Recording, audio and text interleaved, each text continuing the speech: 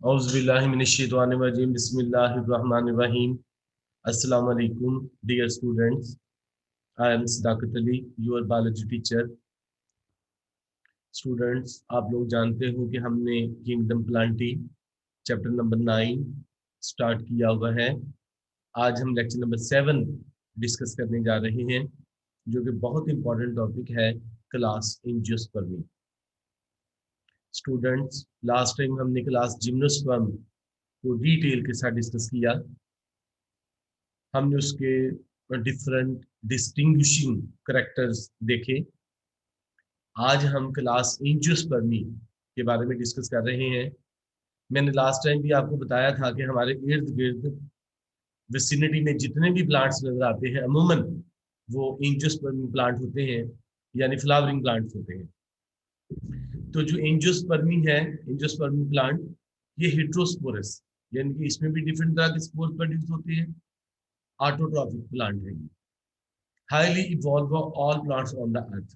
इस अर्थ के ऊपर हमें जितने भी प्लांट्स नजर आ रहे हैं, उनमें सबसे ज्यादा जो एवोल्यूशन का प्रोसेस है, ये एंजियोस्पर्म के लिहाज से ये एडवांस है as compare to other plants.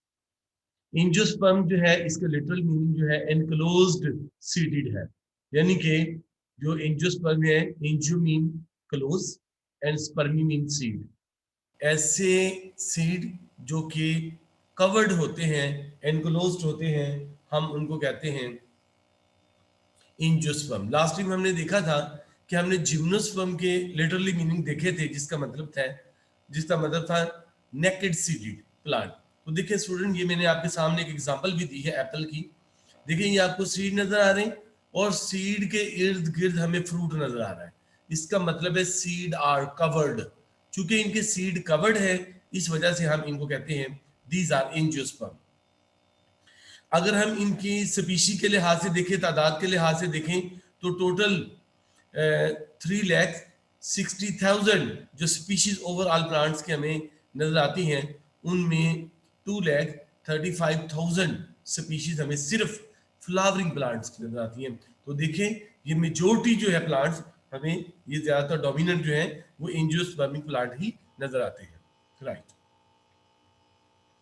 जो एंजियोस्पर्मिक प्लांट है, most of the plant produce flowers, fruits and seeds. Ovary इनका एक इंपॉर्टेंट पार्ट है फ्लावर का, हम जानते हैं।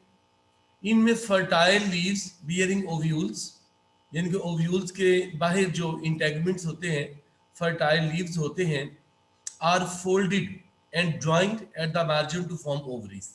यानी कि ओव्यूल के जो फर्टाइल लीव्स हैं, वो मिलकर ओवरीज बना रहे हैं।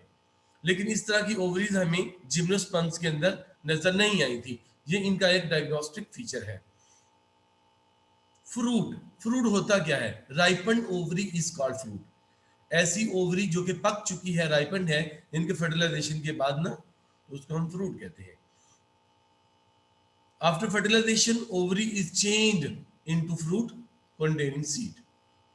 फ्लावर क्या है?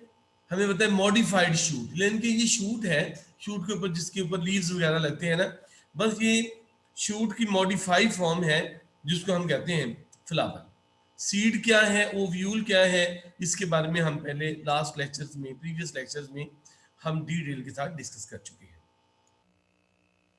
स्टूडेंट, ये देखिए, ये आपके सामने एक एंजियोस्पर्मिक प्लांट है। इसके ऊपर इनका खासा क्या है, इनका खासा क्या है, इनका कैरेक्टरिस्टिक फीचर क्या है, इनके डायग्नोस्टिक फीचर्स क्या है। तो इनमें देखिए देखिए फ्लावर का लगना, इनमें फ्रूट का डेवलप होना, उसके बाद इनके अंदर सीड्स का बनना, ये इनका बहुत इंपॉर्टेंट करेक्टर है। देखिए ये आपके सामने एंजियोस्पर्मिक प्लांट, तो ये सारा स्पोरोफाइट है।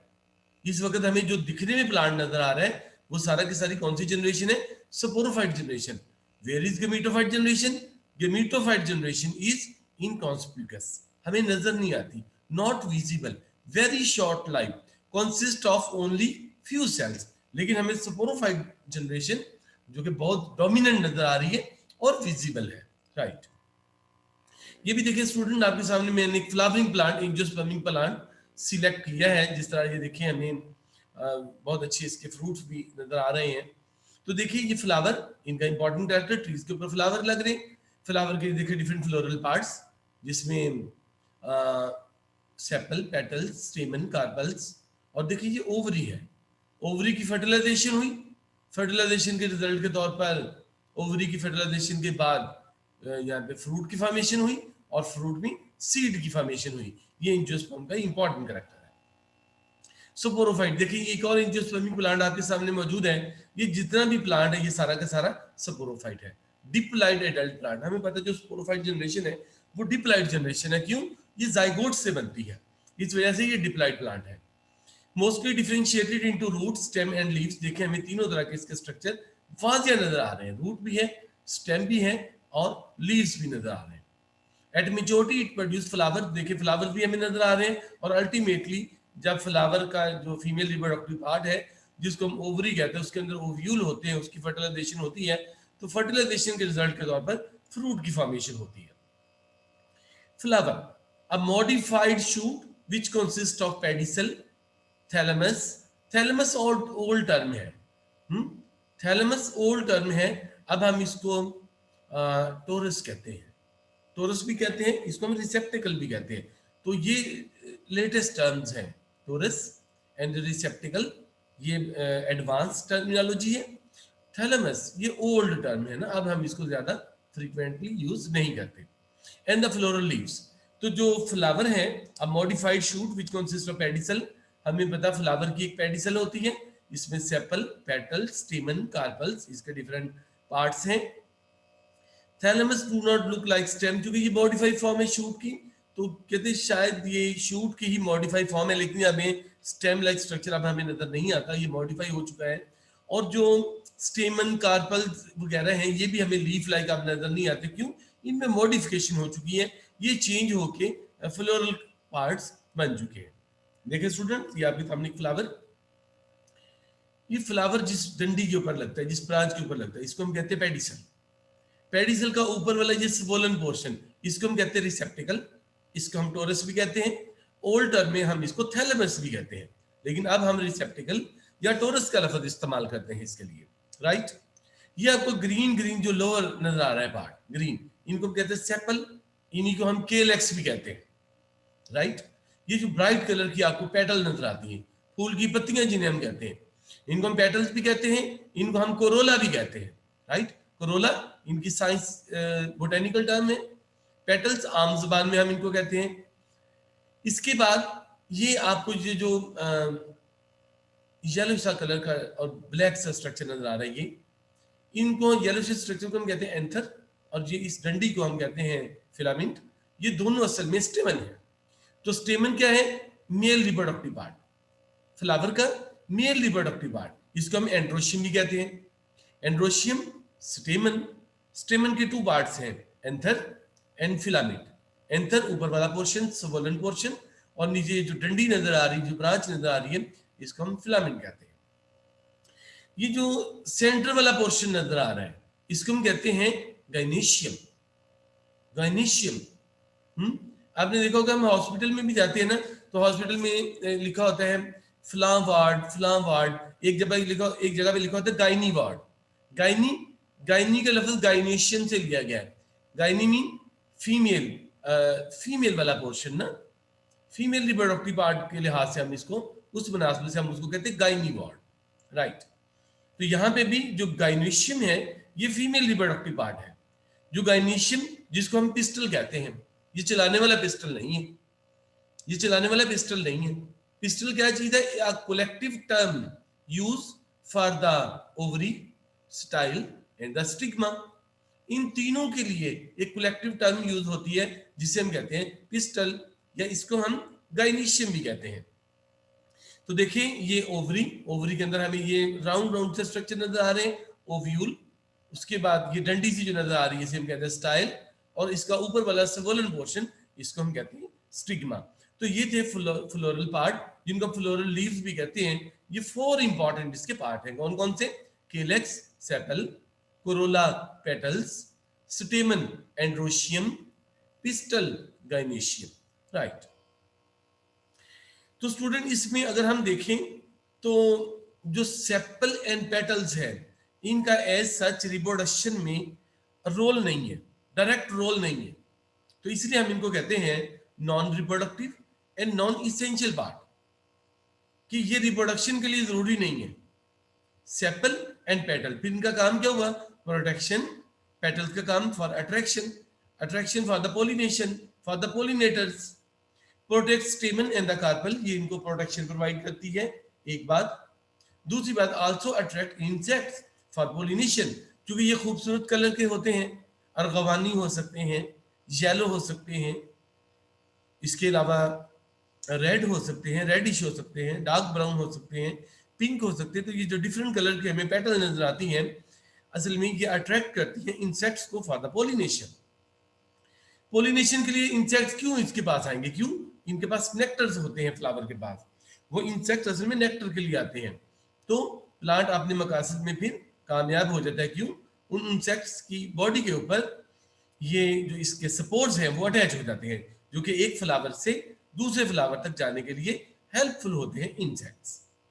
Sepals and petal fall of after pollination, जैसी पोलिनेशन हो जाती है, देखिए सेपल यानी कि केरेक्स एंड कोरोला पेटल्स, जैसे ही पोलिनेशन हुई, जैसे ही यहाँ पे फर्टिलाइजेशन का प्रोसेस हुआ, साथ ही आहिस्ता आहिस्ता इनकी विल्टिंग स्टार्ट हो जाती है। फिर ये आहिस्ता आहिस्ता, क्योंकि जो काम होना था वो तो हो चुका, फर्टिलाइजेशन का काम, हाँ, एग और स्पर्म्स के मिलने का काम यहाँ पे हो चुका, तो अब इनकी मजीद जरूरत नहीं रही, तो आहिस्ता आहिस्ता इनकी विल्टिंग हो जाती है। फिर ये सेपल और पेटल्स अमूमन फॉल ऑफ हो जाती है। दूसरी चीज है रिप्रोडक्टिव और इसेंशियल पार्ट। तो फ्लावर के टू इंपॉर्टेंट पार्ट्स हो गए, एक है essential and reproductive part, and दूसरा है non essential and the non reproductive parts. तो स्टेमन एंड कार्पल्स, इनको हम कहते हैं रिप्रोडक्टिव एंड इसेंशियल पार्ट, क्योंकि मैंने इनके बारे में आपको डिटेल के साथ अभी बताया। स्टेमन मेल रिप्रोडक्टिव पार्ट है, कार्पल फीमेल रिप्रोडक्टिव पार्ट है। स्टेमन consist of anther and the filament. Anther क्या चीज है? Contain microspores, mother cells, produce haploid microspores through meiosis.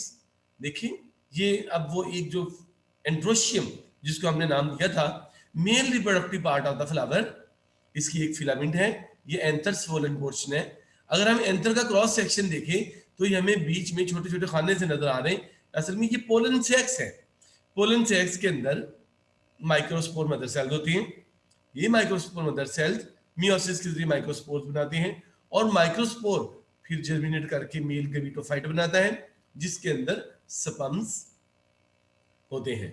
तो असल में यहाँ पे यानी कि पोलन की फॉर्मेशन होगी इस स्ट्रक्चर के अंदर। स्टेमन में क्या चीज होगी? पोलन सेक्स, इनके अंदर पोलन ग्रेन्स होते हैं, right. Microspore germinate to produce male gametophyte, अभी मैंने आपको बताया ये स्ट्रक्चर एंथर, एंथर के अंदर माइक्रोस्पोर मदर सेल होती है जो कि मेयोसिस के जरिए माइक्रोस्पोर बनाते हैं। माइक्रोस्पोर असल में फिर वो वही डेवलप होता है पोलन ग्रेन में।